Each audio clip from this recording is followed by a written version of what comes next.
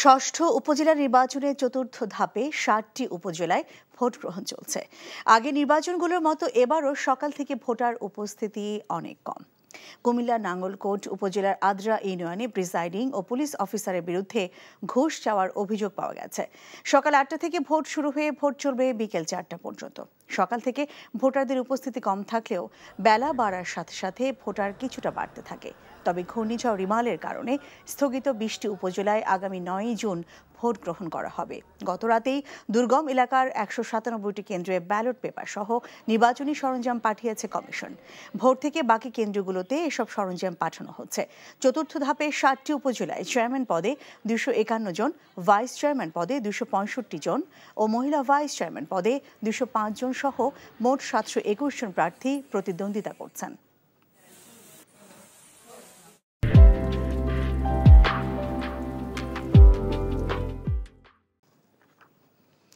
দর্শক, নির্বাচনে খবর জানাচ্ছেন আমাদের সহকর্মীরা। ময়মনসিংহে ভালুকায় আছেন আমাদের স্পেশাল করেসপন্ডেন্ট হাসান জাবেদ। আমরা সরাসরি যুক্ত হচ্ছি তার সঙ্গে। জাবেদ, ভোট গ্রহণ তো ৪ ঘন্টা পার হয়ে গেল, তো ভোটার উপস্থিতি কেমন দেখছেন সেখানে?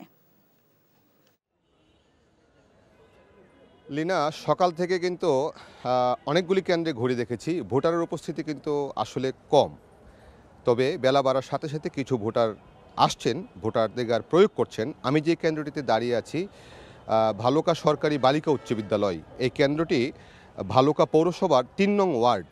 এই কেন্দ্রে ভোটার সংখ্যা হচ্ছে ৬ নং ৩ নং ওয়ার্ড, পৌরসভার ২ নং ওয়ার্ড, দুঃখিত ২ নং ওয়ার্ড। এই ওয়ার্ডে এই কেন্দ্র নম্বর ৬, এখানে ভোটার আছে ৩,৩০৯ জন ভোটার। তার মধ্যে 10টা পর্যন্ত ১৬২ জন ভোটার তাদের ভোটাধিকার প্রয়োগ করেছেন। তবে কিছুক্ষণ আগে আমি কয়েকটি বুথে গিয়ে দেখে এসেছি কী পরিমাণ ভোট কাস্ট হয়েছে এখন পর্যন্ত।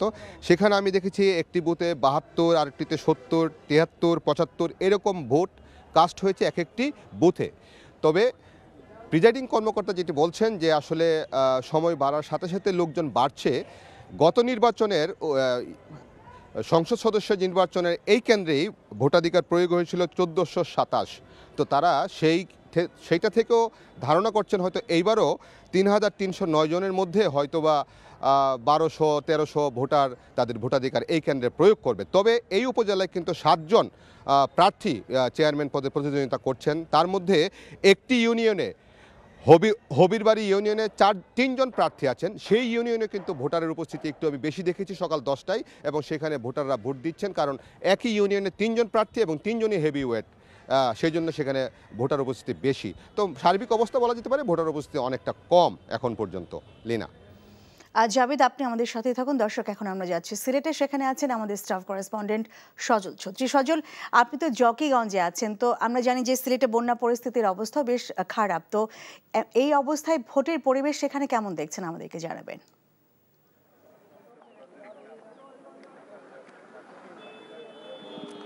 লেনা, সকাল থেকে আমরা এই বন্যা উপদ্রুত ২ উপজেলা কানাইঘাট এবং জকিগঞ্জের বিভিন্ন ভোট কেন্দ্র ঘুরে দেখছিলাম।